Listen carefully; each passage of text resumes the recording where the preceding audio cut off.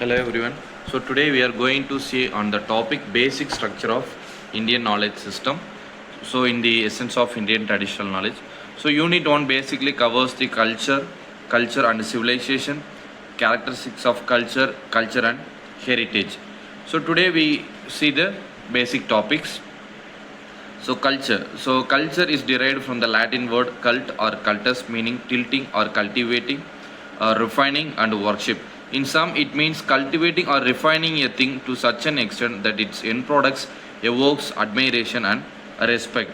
So culture is something we like how we refine the ore to get a mineral materials. So similarly, the end product will get the good value.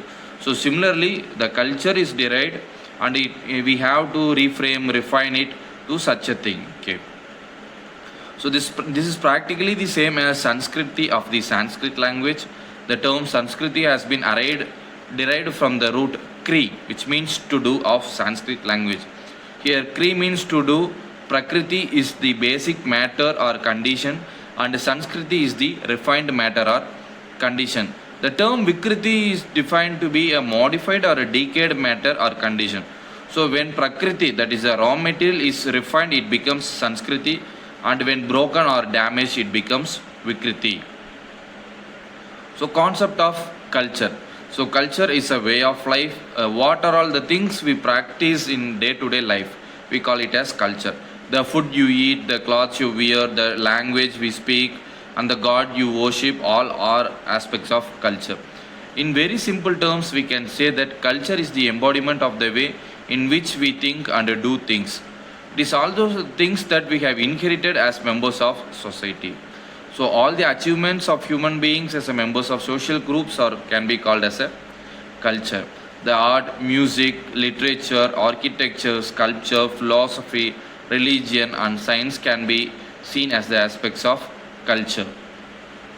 So culture thus refers to be a human-made environment which includes all the material and non-materialistic products of groups of life that are transferred from one generation to another. There is a general agreement among social scientists that culture consists of explicit and implicit patterns of behavior acquired by human beings.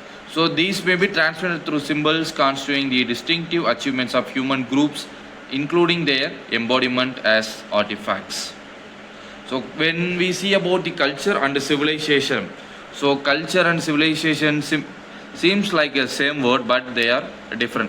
Where the civilization is the outlook. So நம்ம அகம் புறம் அப்படின்னு சொல்லும்போது so culture அப்படிங்கிறது அகம் and civilization is like புறம்.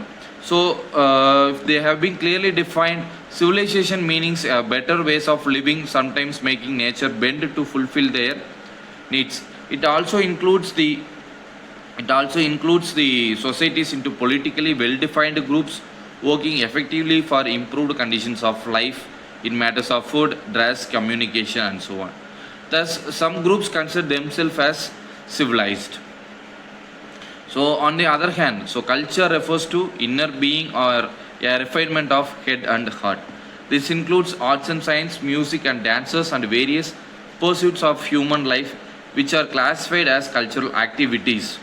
So one may be a poor and wearing cheap clothes can be considered as uncivilized, but he is well cultured. And similarly, those who are well cultured, those who may be a rich can be considered as an uncultured person. So in terms of cultural and heritage, so what are the things that we are practicing has to be from our ancestors. So our ancestors learned many things from their predecessors. So with the passage of time, they also added it to their own experience and gave up those which did not consider to be useful.